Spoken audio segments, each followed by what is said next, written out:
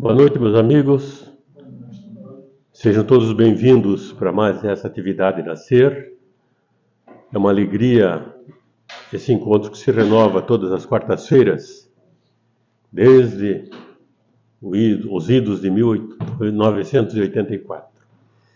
Esse ano a nossa Ser completa seus 40 anos de existência.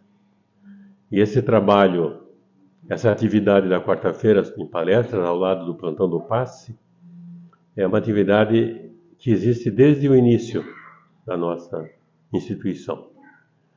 Então, é uma alegria, cada quarta-feira, esse encontro, com tantas amizades, com tantos companheiros novos que chegam a casa, nesse trabalho de divulgação da doutrina espírita.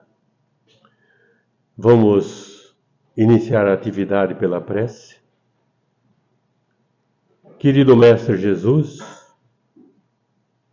em mais esse encontro, Senhor, queremos agradecer a oportunidade que nos é dada de aqui estarmos, reunidos, como sempre, em Teu nome, para mais uma noite de estudos, de aprendizado, de reflexão.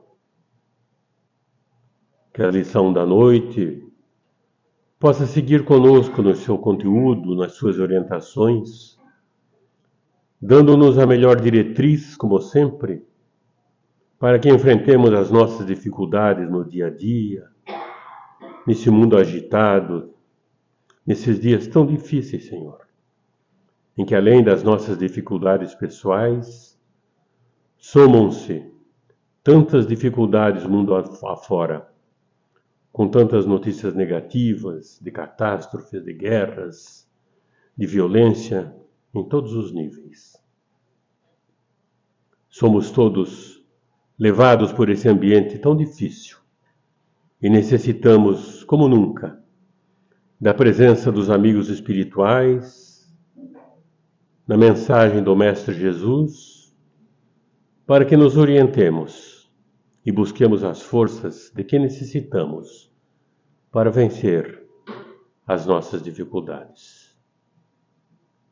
Rogamos assistência à nossa Estela e a cada um de nós, para que a mensagem possa cumprir a tarefa que se propõe. Que Jesus, no seu infinito amor, esteja entre nós, hoje e sempre. Que assim seja, Senhor. A palestra da noite, mais uma vez, e para nossa alegria, está a cargo da nossa Estela Mares Martins. A Estela é uma trabalhadora, uma das trabalhadoras mais antigas da casa, porque é da primeira leva. Da primeira equipe que aqui chegou, lá estava a Estela, já em 1984. Dando a sua contribuição, trazendo o seu conhecimento, o seu bom senso, a sua colaboração permanente, agindo nas diversas atividades que a casa nos oferece, quer como trabalho, quer como atividade doutrinária. Desempenha um papel importantíssimo na área de comunicação, é responsável por toda a área de comunicação da casa, além de trabalhar em grupos de estudos e principalmente de palestrante como divulgadora da doutrina espírita. É essa, Estela Mares Martins, que tem a responsabilidade da palestra dessa noite. Estelinha.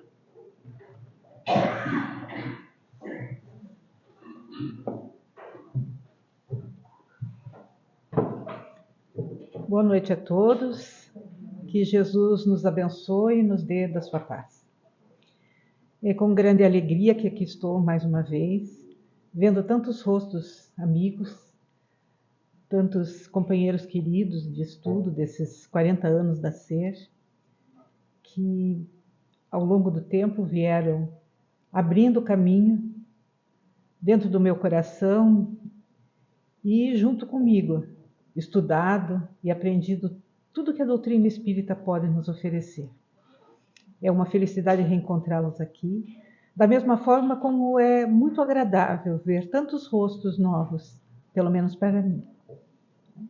Ver que a casa se renova, como é o seu objetivo, e continua atraindo os corações, como um dia atraiu o meu. O que nós vamos conversar hoje é resultado desses anos de estudo, de aprendizado. Já esteve, né,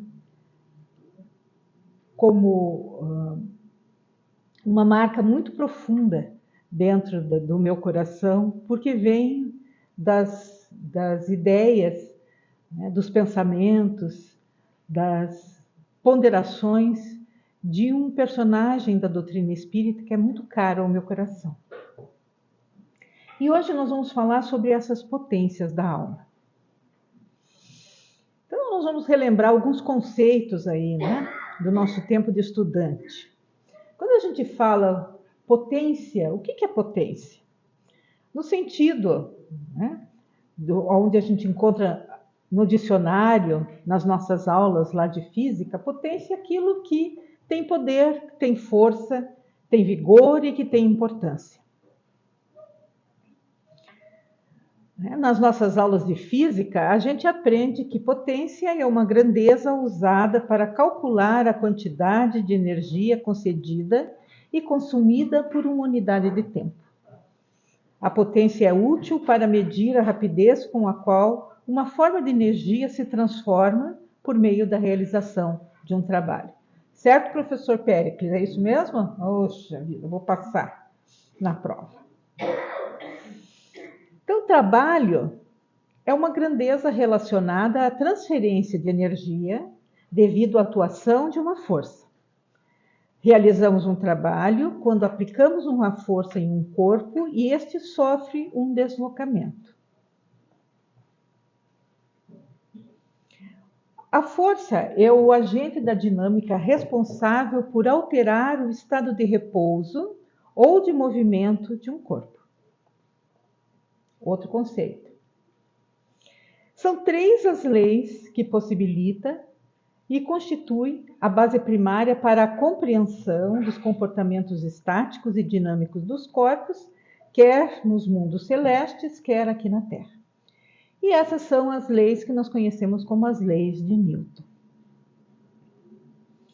A primeira lei de Newton é conhecida como a lei da inércia. E ela diz para nós assim, que todo corpo continua em seu estado de repouso ou de movimento uniforme em uma linha reta, a menos que seja forçado a mudar aquele estado por forças aplicadas sobre ele. Lei da inércia. Então, inércia vai acontecer até que uma força atue. Vamos pensar isso, né? Vamos tirar desse conceito da física e vamos transportá-lo para as nossas reflexões de cunho moral.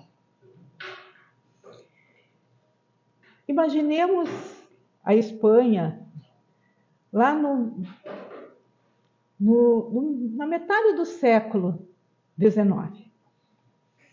Um espírito se aproxima de uma médium e ele vem trazendo uma grande tristeza no seu semblante.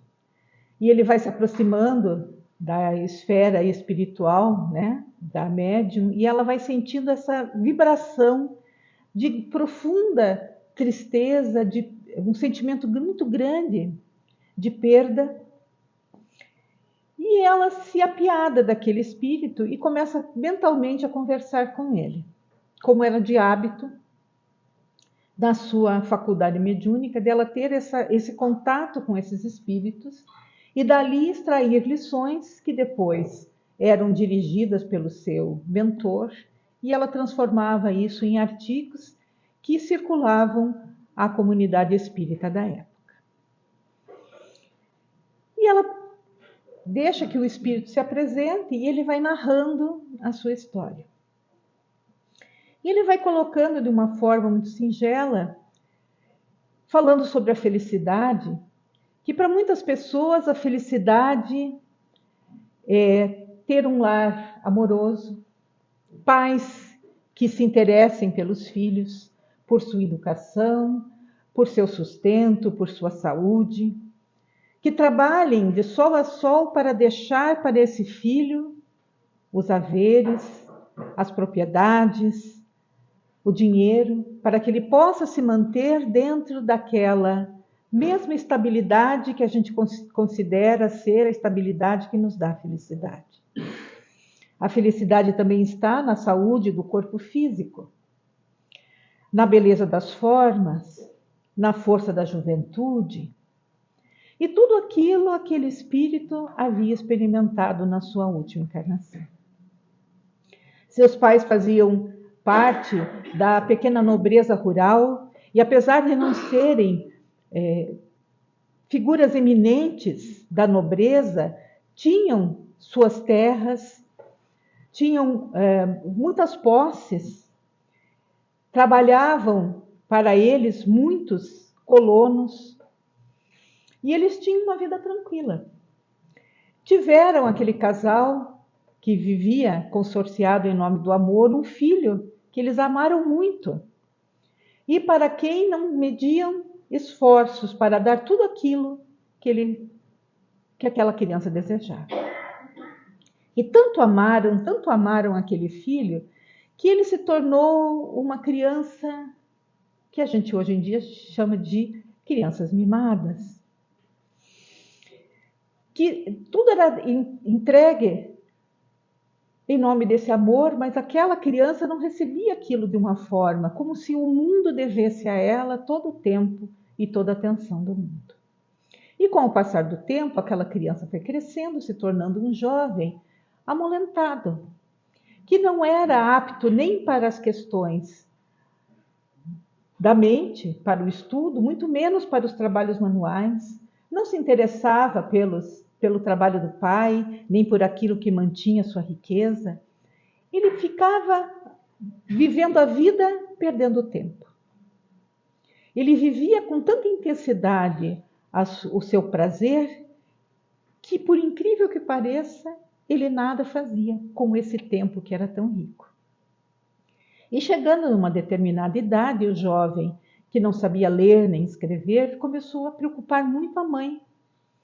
E ela escreve uma carta para um tio, para o seu cunhado, que era um capitão de um navio mercante, conta a situação daquele seu filho, do sobrinho desse homem, e pede a ele que leve o menino, porque quem sabe ele pudesse transformá-lo num homem. É muito interessante quando nós chegamos numa situação que nós mesmos criamos e parece que a gente, transferindo a responsabilidade para um terceiro, o problema vai se solucionar magicamente. Mas assim foi.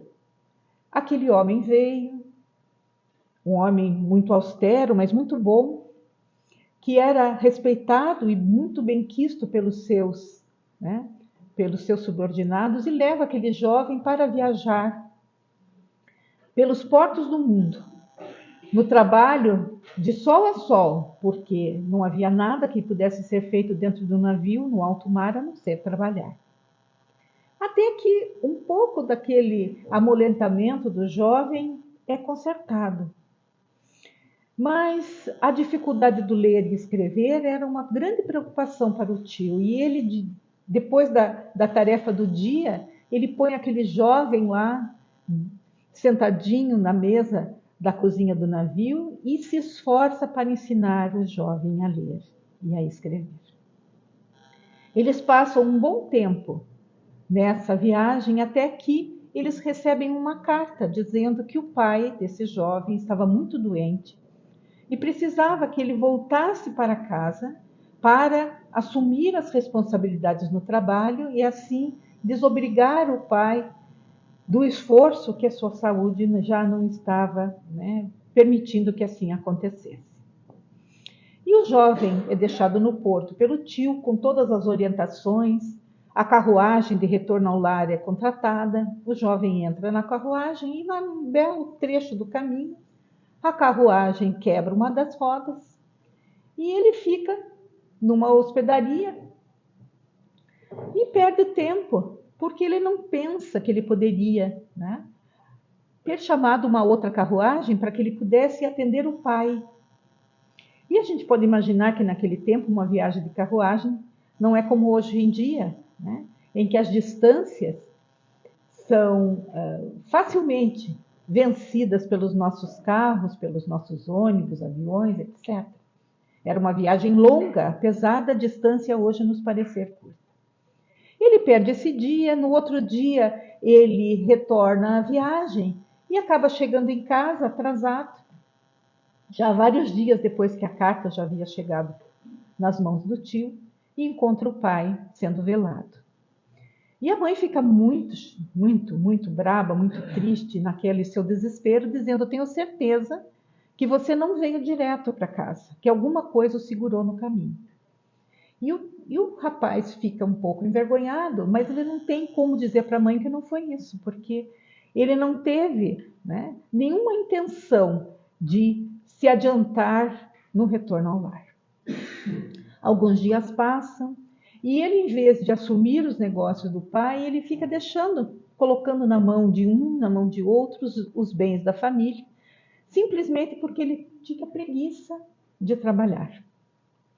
Afinal de contas, ele já tinha trabalhado muito no navio do seu tio e agora ele merecia um descanso. Também ele estava muito triste por causa da morte do pai e ele merecia um descanso. E com o passar dos dias, que foram se transformando em semanas e semanas em meses, os haveres da família começaram a desaparecer. E a mãe, desesperada, disse assim: eu vou arranjar uma boa mulher para você, porque essa mulher vai dar conta do seu amulentamento. Nada como uma boa mulher para colocar um homem no caminho do bem. E assim aconteceu, a mãe contratou, né, um lauto lanche, chamou as jovens da região e ele acabou se interessando por uma jovem e aquela jovem se interessou por ele. E a mãe ficou tranquila: bom, meu filho está encaminhado para o casamento, agora como um homem casado ele vai se tornar um bom marido, um bom pai, e eu vou poder descansar em paz.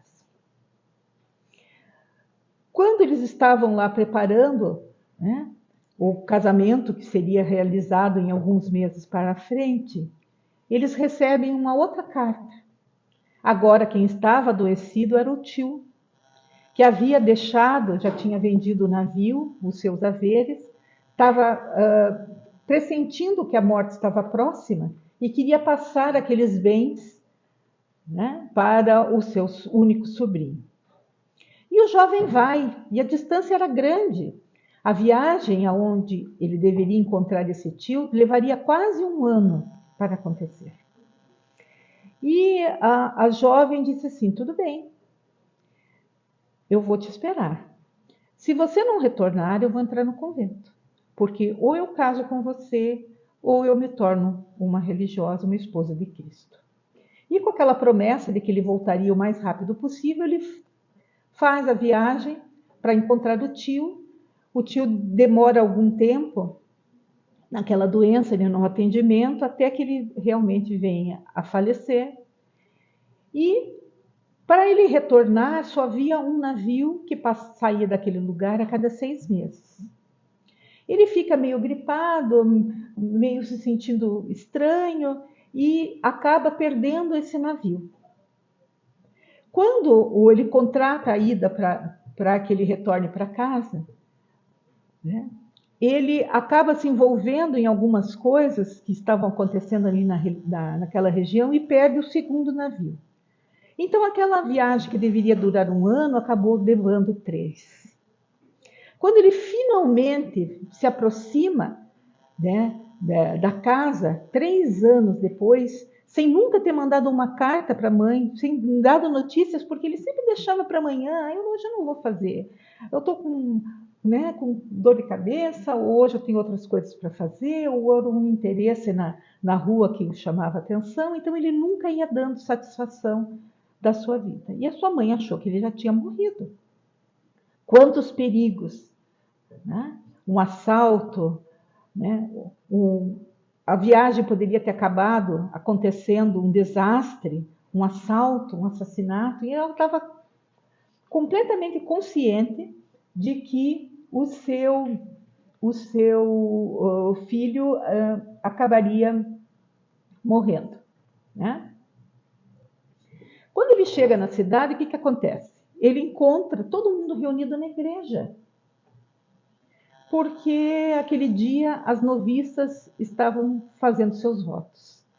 E quando ele encontra, ele dá de frente com a sua noiva, que havia acabado de se tornar uma freira. E naquele desespero dela ter visto que o seu amor tinha retornado, ela sobe no campanário da igreja e se joga, porque ela não poderia imaginar uma vida sem aquele jovem junto dela. E aquele fato do retorno do filho, a situação daquela jovem se matando, faz o coração daquela mulher ficar tão dolorido que a mãe também acaba morrendo em poucos dias. E aquele jovem perdeu a mãe, perdeu o pai, perdeu a noiva, perdeu o tio, todas as referências de família que ele tinha. E ele fica como que enlouquecido, só se preocupando, né, com a sua própria dor, tanto que ele é roubado, todos os seus haveres acabam desaparecendo e ele se torna um mendigo, que fica perambulando pelas ruas da cidade. E até seu nome ele perde. Eles passam a chamá-lo de João Amanhã, porque ele sempre deixava para amanhã aquilo que ele poderia fazer no hoje. E o tempo vai passando, ele vai envelhecendo, vai adoecendo, e ele começa a viver com um grupo de mendigos da cidade numa ruína de uma casa. E ele se sente, né, adoecido, mas ele tem preguiça de sair de lá para procurar ajuda e acaba morrendo. E eles só descobrem, os amigos, que o rapaz tinha morrido alguns dias depois, quando o seu cadáver, o seu corpo começa a exalar um mau cheiro. E ele chama os coveiros vêm, recolhem o corpo daquele jovem, levam, né, o corpo até o cemitério e o deixam jogado do lado da sua campa. Porque diz assim, esse homem deixava tudo para amanhã, então nós não vamos enterrá-lo hoje, vamos enterrá-lo amanhã. E ele contando para médium, o espírito coloca que aquilo fez ele sofrer muito, porque ele via passar diante dos seus olhos tudo aquilo que ele poderia ter feito com os bens que a vida deu. Pais amorosos, dinheiro, beleza, juventude, amor, oportunidade de trabalho, tudo aquilo que as pessoas mais desejam na vida, e tudo ele havia jogado fora. Esse conto, que se chama João Amanhã, está no livro de Amália Domingos Soler e parece uma história de fadas, se não fosse verdade, se não fosse a história de um espírito que nos abre o coração para a necessidade de nós bem usarmos aquilo que nós temos de riquezas, de potencialidades para trazer a nossa felicidade. Eu tinha adiantado sem querer aqui o slide. E nós encontramos lá na questão 909, né, do Livro dos Espíritos, que é uma das questões prediletas da minha amiga Joana, que pergunta assim, né, para os espíritos: poderia sempre o homem, pelos seus esforços, vencer as suas inclinações? E os espíritos respondem sim, e por vezes fazendo esforços bem pequenos. O que lhes falta é a vontade. Quão poucos dentre vós fazem esforços. Às vezes nós nos colocamos um pouco como João Amanhã, né? A gente vê a problemática e nós fazemos como a personagem do filme O Vento Levou, a Scarlett O'Hara, que diz assim: eu vou pensar nisso amanhã, né? Vou pensar nisso amanhã, hoje eu não vou pensar nisso. E os nossos esforços poderiam muitas vezes nos safar de muitas situações, mas nós amolentamos e nós permanecemos na inércia. E na questão 911, Kardec é muito inteligente, porque ele ainda faz uma argumentação, né? Se não haveriam paixões tão vivas e tão irresistíveis que a vontade seria impotente para dominá-las, ele pergunta. Dando uma desculpa para nós, será que não existiria uma força que poderia se sobrepujar à nossa vontade? E os espíritos respondem: há muitas pessoas que dizem quero, mas a vontade só lhes está nos lábios. Querem, porém, muito satisfeitas ficam que não seja como querem. Eu queria tanto, mas não deu certo. Quantas vezes nós nos desculpamos dessa forma? E eles ainda completam dizendo assim: quando o homem crê que não pode vencer as suas paixões, é que seu espírito se compraz nelas, em consequência da sua inferioridade. Nós nos abraçamos com o nosso erro, nós nos abraçamos com o nosso equívoco. A gente sabe que poderia mudar, mas a gente usa aquela frase tão mundana, né? Eu sou desse jeito. Quem quiser que me aguente como eu sou. Colocando uma barreira intransponível na nossa forma de agir e de ser.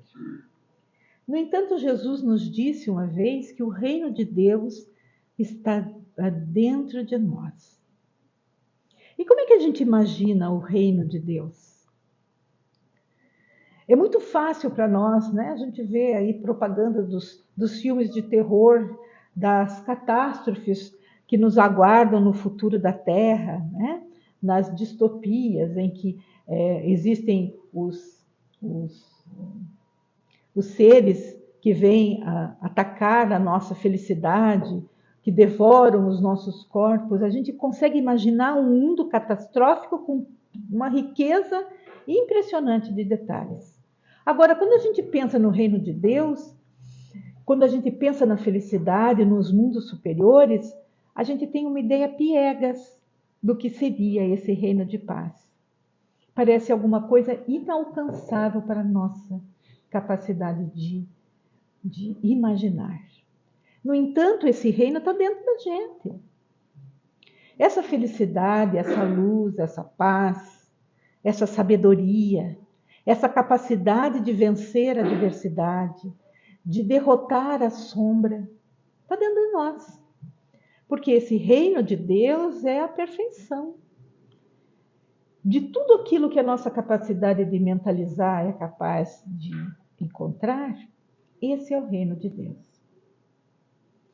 E é muito interessante porque todos esses pensamentos foram capturados de um livro que é um dos livros prediletos, meu particularmente, O Problema do Ser, do Destino e da Dor. Leon Denis é um dos escritores espíritas mais consagrados. Ele é um filósofo, mas também é um poeta. Ele é capaz de transformar assuntos muito profundos, muito sérios e muito sábios em poesia.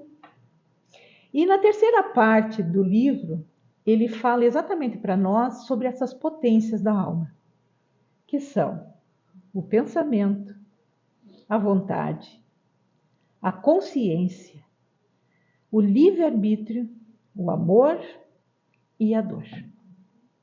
É muito interessante porque o livro em francês, ele se chama apenas O Problema do Ser e do Destino.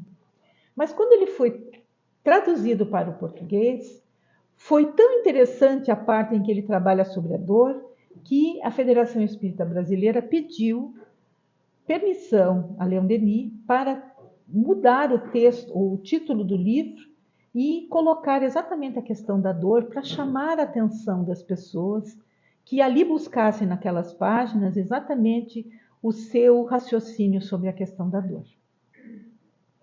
Então vamos começar lá. Potências que nós trazemos dentro de nós. Todos nós pensamos, temos vontade, consciência, livre-arbítrio, vivemos o amor das suas mais variadas formas e sentimos dor. E o que é o pensamento?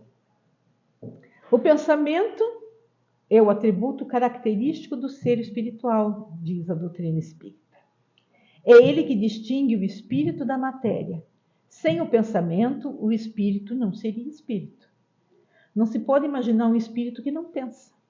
Nós pensamos constantemente. Acordados, em vigília ou no sono, em todos os momentos, quando a gente acha que não está pensando, nós estamos pensando, porque esse é um atributo principal de sermos espíritos. Somos seres pensantes. E o nosso pensamento é criador. Qualquer coisa que existe, mesmo no mundo material, ele é originário de um pensamento. A cadeira que nós estamos sentados, né? Os aparelhos eletrônicos que estão aqui, a casa que nos abriga, a nossa roupa, a cidade que está ao nosso redor, tudo foi criado pelo pensamento. Depois transformado num projeto, depois construído pelas mãos do homem. Mas veio de um pensamento. E os espíritos nos dizem que no mundo espiritual, o pensamento é para o espírito o que a mão é para o homem. Ou seja, o nosso espírito está constantemente pensando e esse pensamento cria aquilo sobre o qual nós pensamos. Então nós vivemos, né, envolvidos nessa atmosfera de pensamentos. E Leon Denis nos diz assim, que nós modelamos nossa alma e seu invólucro com os nossos pensamentos. Estes produzem formas, imagens que se imprimem na matéria sutil de que o corpo fluídico é composto. A doutrina espírita nos diz que nossos pensamentos se refletem sobre nós como num espelho. Então, aquilo que nós imaginamos que estamos guardando no nosso pensamento, ele reflete nessa atmosfera que somos nós. Por isso, nós temos pessoas que, apesar do semblante tranquilo, elas exalam essa atmosfera, né? Às vezes de violência, às vezes de maldade, às vezes de bondade, de ternura. Muitas vezes mudando até a sua forma. A pessoa é tão bondosa, apesar de não ser esteticamente uma pessoa que a gente possa considerar bonita, mas a sua bondade, né, nos encanta, muitas vezes mais do que a aparência física perfeita. Ele continua dizendo, assim, pouco a pouco, o nosso ser povoa-se de formas frívolas ou austeras, graciosas ou terríveis, grosseiras ou sublimes. A alma se enobrece, embeleza ou cria uma atmosfera de fealdade. Carregamos conosco, apesar de muitas vezes estarmos limpos, banhados, maquiados, bem trajados, toda essa atmosfera de conflito, de perturbação, porque o nosso pensamento muitas vezes não combina com a nossa indumentária, né, do corpo físico. E diz que, segundo o ideal a que se visa, essa nossa chama interior aviva-se ou obscurece-se. Então nós podemos andar na luz, porque somos filhos da luz, ou podemos andar na treva. E a gente sabe, isso a física já nos diz, que a escuridão não existe. O que existe é a falta de luz. Então, essa ideia que nós trazemos da obscuridade é apenas porque nós não acendemos ainda dentro de nós essa chama de pensamentos felizes, de fé, de confiança. Nós não iluminamos o caminho para o reino de Deus que está dentro de nós. Depois, ele diz que a segunda potência da alma é a vontade. E a vontade não é um atributo especial, é o pensamento que atinge um certo grau de energia, é o pensamento transformado em força motriz. Quando a gente tem vontade, a gente faz. Quando a gente tem um objetivo para alcançar e nós usamos o nosso pensamento para nos levar naquela distância, nós conseguimos alcançar o nosso objetivo. Porque essa capacidade, essa potência da nossa alma transforma tudo. Então, não só o pensamento. Porque muitas vezes a gente imagina, mas não executa. A gente quer, mas não quer ao mesmo tempo. A gente acha bonito, mas não se envolve. Porque estamos ainda no nosso estado de inércia. Não usamos a vontade ao nosso favor. Por que meio poremos em movimento as potências internas e as orientaremos para um ideal elevado? Puxa, eu queria tanto ser feliz. Como é que eu faço para chegar nesse caminho? E o Leon Denis responde que pela vontade. Os usos persistentes, tenazes dessa faculdade soberana permitem-nos modificar a nossa natureza, vencer todos os obstáculos, dominar a matéria, a doença e a morte. Jesus disse aos seus discípulos que tudo aquilo que ele fazia e muito mais, os seus discípulos poderiam fazer se tivessem fé. Só que o conceito que a gente tem de fé é muitas vezes a fé estática. Mas nós podemos traduzir a fé como esse pensamento colocado em movimento através da vontade. Quantas vezes a gente aprende uma coisa, uma tarefa? Somos desafiados no trabalho, por exemplo. Somos chamados para um determinado departamento novo em que nós precisamos aprender uma língua ou um programa de computador ou aprender a dirigir. Minha vontade não chegou lá porque eu não sei dirigir. Nunca tive vontade de aprender. Mas poderia ter feito. Cozinhar, para quem não sabe, né? Aprender um canto, né? Seja ele popular ou erudito. Quando a nossa vontade está lá, nós podemos fazer. E desadoecer o nosso corpo, nós também fazemos, porque o nosso pensamento muitas vezes adoece a nossa organização física.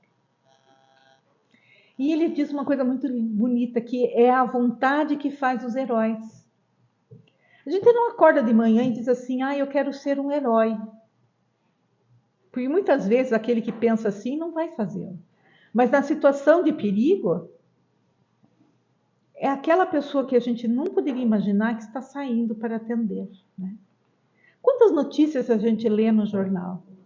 Nós temos, né, nos emocionado com tudo aquilo que está acontecendo com os nossos irmãos do Rio Grande do Sul e quantos heróis anônimos nós recebemos os seus atos de coragem, exatamente porque a vontade de vencer a adversidade era maior que a inércia. E nós podemos ser o herói das nossas vidas, quando a gente deixar, né, que a força da vontade nos leve para a frente. Uma outra potência é a consciência, que é a percepção dos fenômenos próprios da existência, essa nossa capacidade de discernir. A consciência não é somente a faculdade de perceber, mas também o sentimento que temos de viver, agir e pensar. É na consciência, como dizem os espíritos lá na questão 621, que estão escritas a lei de Deus. A gente não precisa que ninguém venha e nos diga, porque lá dentro de nós, onde mora o reino de Deus, lá na nossa consciência, o sentido do que é certo e errado, do que é bom e o que não é bom, não só para mim, mas para todos, está lá, na nossa consciência. Então, por que a gente não faz da nossa vida uma vida mais feliz?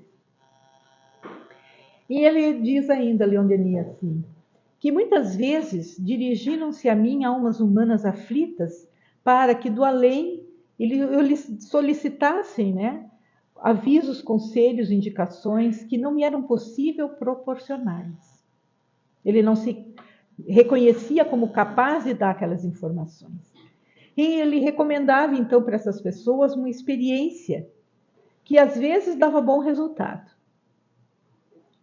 Concentrai-vos, ele dizia, em retiro e no silêncio, e elevai os pensamentos para Deus. Chamai o vosso espírito protetor, o guia tutelar que Deus nos dá para a viagem da vida. Interrogai-o sobre as questões que vos preocupam, desde que sejam dignas dele, livres de todo o interesse vil, e depois esperai. Escutai em vós mesmos atentamente, e a cabo de um instante ouvireis nas profundezas da vossa consciência, como que o eco enfraquecido de uma voz longínqua, ou antes, percebereis as vibrações de um pensamento misterioso, que vos expulsará vossas dúvidas, dissipará vossas angústias e embalar-vos-á e consolará. Do que ele está falando aqui para nós, gente?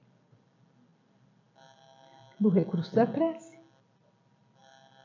Nós imaginamos que a prece precisa ter palavras muito difíceis, que precisa ser a prece uma fórmula que a gente decore, que a magia da prece está nas palavras.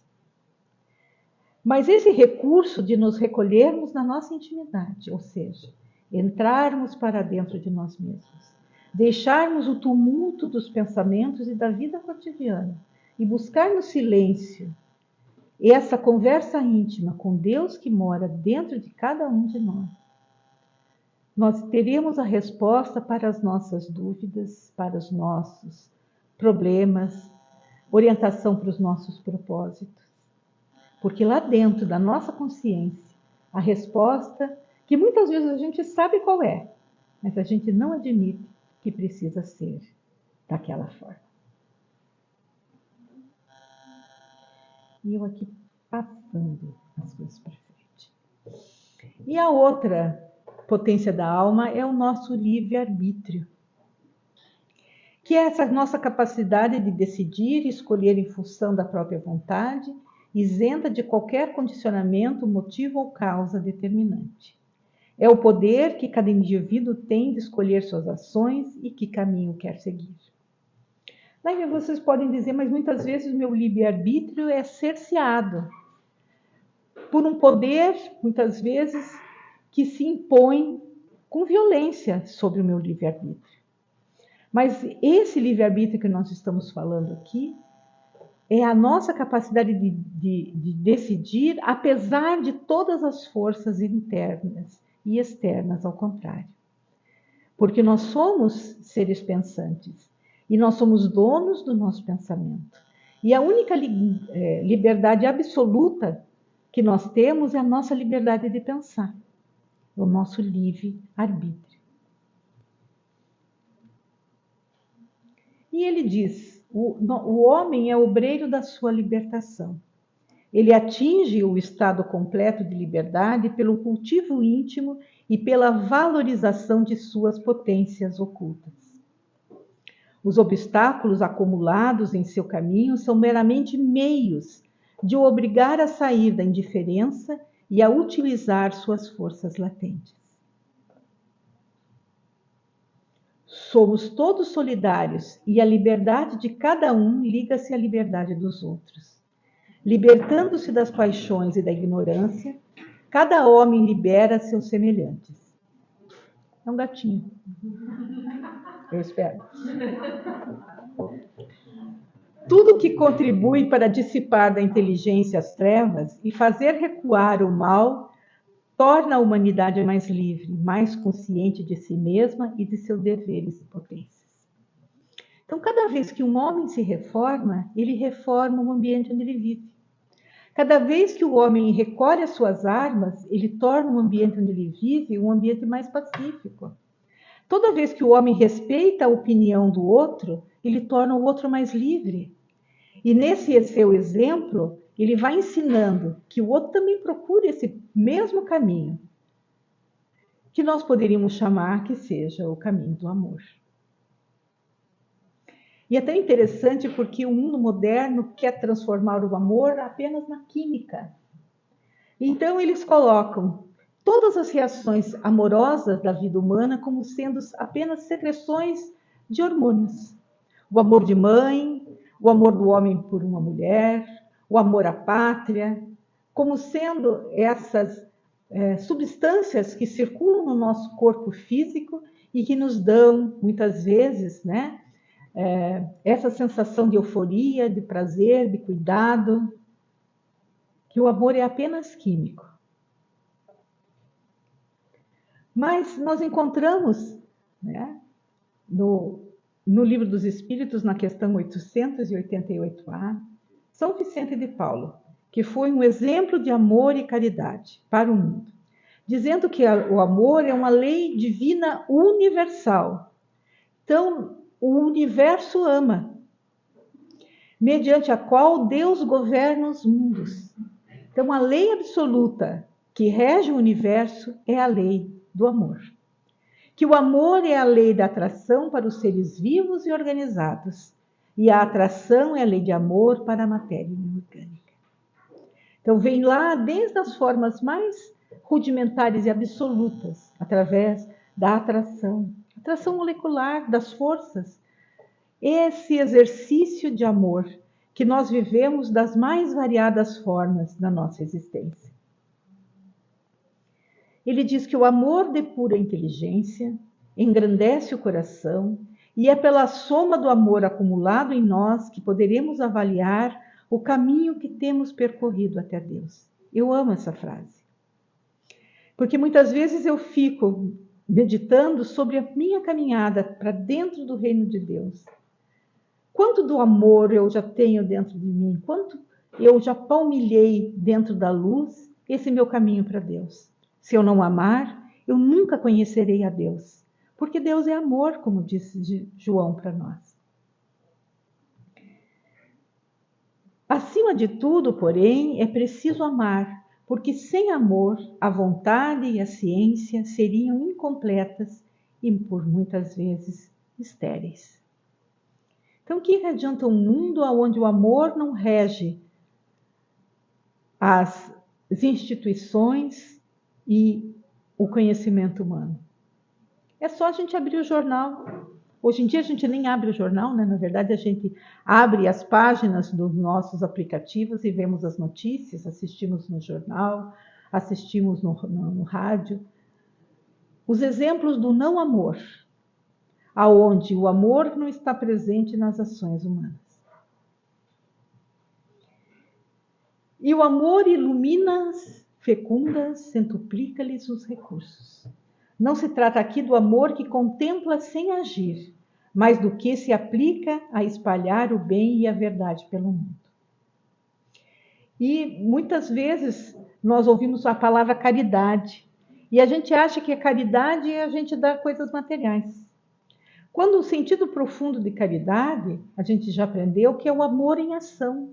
O amor que não para, que não se detém. O amor que tem a vontade sempre. O amor que fica na cabeceira da cama do doente. O amor que caminha mais passos do que foi solicitado. O amor que muitas vezes se despe, né, das suas próprias, do seu próprio conforto, para que aquele conforto possa chegar no mínimo para outros corações. E chegamos à última potência, que talvez seja a mais difícil de ser entendida, que é a dor.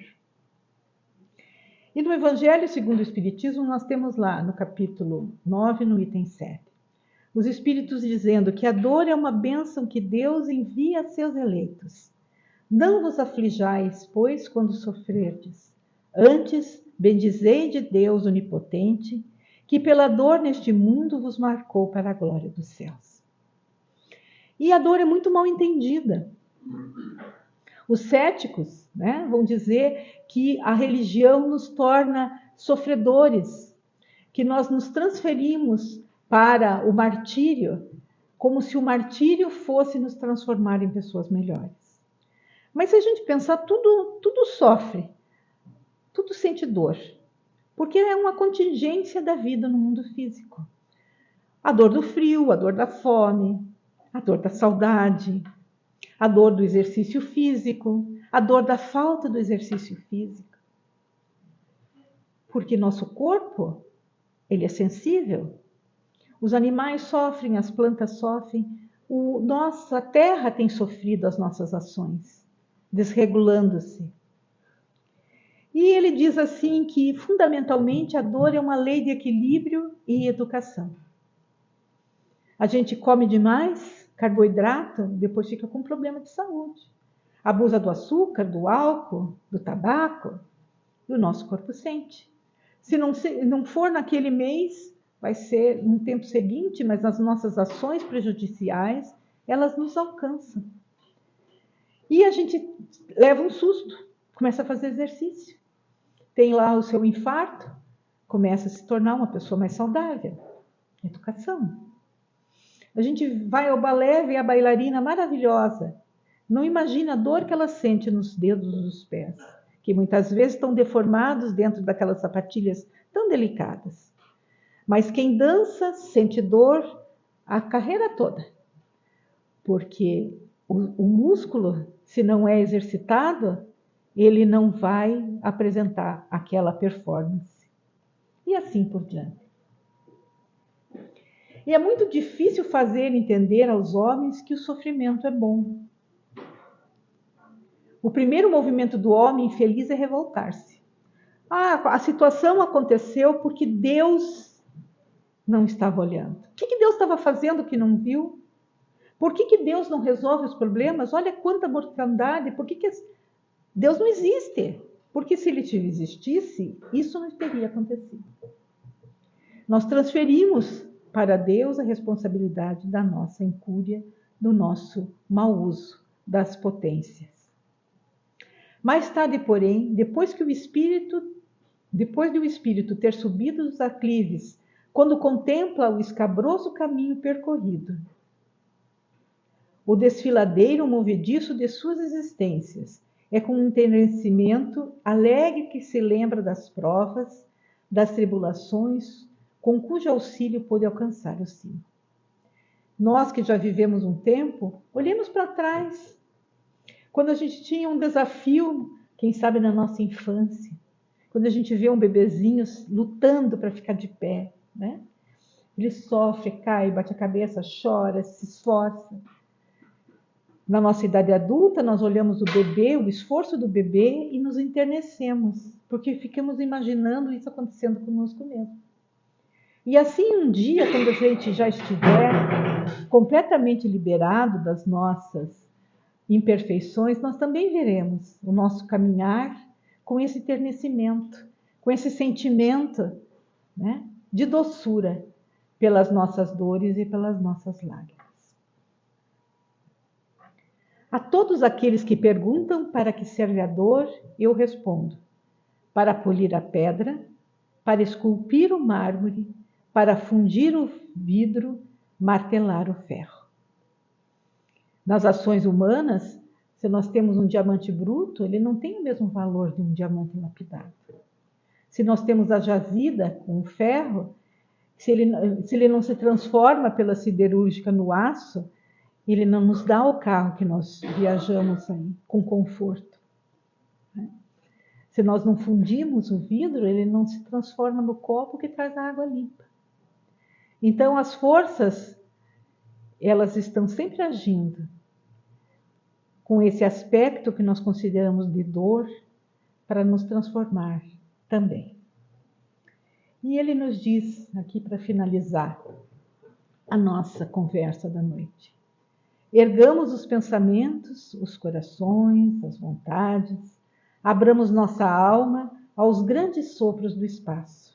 Levantemos nossas vistas para o futuro sem limites, lembrando-nos de que esse futuro nos pertence. Nossa tarefa é conquistá-lo. Então vamos sair da nossa inércia, vamos atrás da nossa felicidade, vamos construí-la de uma forma saudável, para que no final da caminhada a gente tenha realmente o resultado que a gente deseja. E eu acho que vocês perceberam que eu usei, né, uma imagem da lâmpada. Que hoje a lâmpada elétrica já está aí numa outra fase, ela está quase sendo descontinuada, mas para a humanidade a luz elétrica foi um grande avanço. E ela é um exemplo para nós, porque ela, para que a gente alcançasse a primeira lâmpada incandescente, foram precisas mais de 1000 experiências. E quando foi perguntado para Edison, né, o que ele achava de todo aquele esforço de ter feito mais de 1000 experiências que não deram certo, ele disse: não é que elas não deram certo. Aquelas eram experiências para fazer outras coisas. Eu fiz muito esforço para chegar nessa lâmpada, mesmo que eu tenha que passar por 1000 experiências. Então, quando essa nossa luz brilhar, né, como disse Jesus, que a nossa luz devia brilhar diante dos homens, a gente pode transformar a nossa vida numa vida luminosa. Com os nossos esforços, a gente já sabe caminhos que a gente não... Se a gente percorrer, nós não vamos alcançar a felicidade que a gente quer. A gente precisa ter muita coragem, muita vontade, para fazer brilhar a nossa luz diante dos homens, porque assim nós vamos estar dando testemunho de que o reino de Deus, né, de que essa nossa confiança e que esse nosso amor por Deus é algo que realmente vale a pena. Então nós deixamos para vocês aí, né, que todos façamos brilhar a nossa luz. Deixo também os endereços do nosso site, do nosso Facebook, do Instagram, do nosso canal no YouTube, do nosso Twitter, para que aqueles que tiverem vontade de nos seguir, que sigam. Porque há quase 40 anos eu estou aqui, né, Joaquim? E eu não consigo imaginar como seria a minha vida se eu não tivesse feito essa caminhada. E nas últimas oportunidades que eu tive de fazer palestra aqui, eu trouxe da minha biblioteca particular livros antigos, mas são livros lidos, meditados, que eu gostaria muito de passar para a mão de alguém que aqui esteja. Eu tenho um que é a biografia do Leon Denis, que me fez ainda ficar mais apaixonada pelos escritos desse homem fabuloso, e um pequeno livro que tem muito conteúdo, que fala exatamente sobre o que é o além e o que é essa sobrevivência do ser. E que eu gostaria de sortear. Na verdade, não vai ser um sorteio, porque eu não deixei o número para ninguém, né? Mas eu sempre me confundo com as ideias, faz parte do meu jeito de ser. Mas tem alguém aqui que está vindo pela primeira vez? Não? Então, quem quer a biografia, quem gosta de biografia, quer o livro? É só levantar a mão. Então, viu, Joaquim? E esse pequeno opúsculo, dado de coração. Aí. Então, olha, Joaquim, você entrega lá. Veio da minha biblioteca para vocês. Me fez muito bem ler essas páginas. E eu espero que vocês gostem da mesma forma como eu gostei. Então, muito obrigado, amigos, pelo carinho que vocês...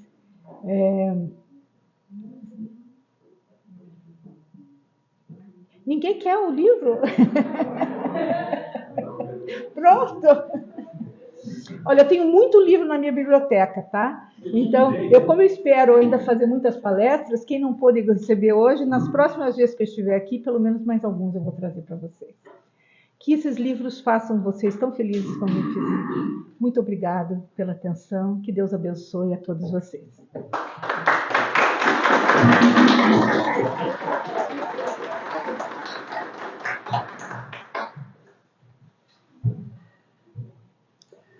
O nosso agradecimento à Estela por esse trabalho maravilhoso, pela oportunidade com que tratou e trata os temas de suas palestras e dessa noite em especial, né?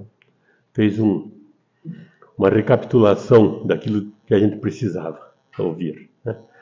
Obrigado, Estela. Nós vamos encerrar a primeira parte dos nossos trabalhos com a prece, em seguida passaremos aos passes e pedimos que os que vão tomar o passe, por favor, aguardem sentados que todos serão chamados. Vamos então agradecer ao Mestre Jesus pela oportunidade da palestra da noite. Agradecer por esse ambiente que nos envolve a todos, permitindo-nos esse conforto espiritual que a misericórdia do Mestre nos propicia. Que os seus ensinamentos sejam o grande farol de nossas vidas, orientando-nos a caminhada extensa que temos pela frente. Que saibamos, acima de tudo, exercitar esse amor responsável pela nossa felicidade, tendo cada um de nós a consciência de que somos capazes de difundir esse mesmo amor entre todos aqueles com quem nos defrontamos ao longo das nossas vidas. Rogamos ao Mestre a sua assistência para todos os necessitados, para aqueles companheiros que atravessam suas dificuldades e que trazemos no rol dos nossos pensamentos. Que a paz do Mestre, que a misericórdia divina nos acompanhe no retorno aos nossos lares e permaneçam entre nós, hoje e sempre. Que assim seja, Senhor.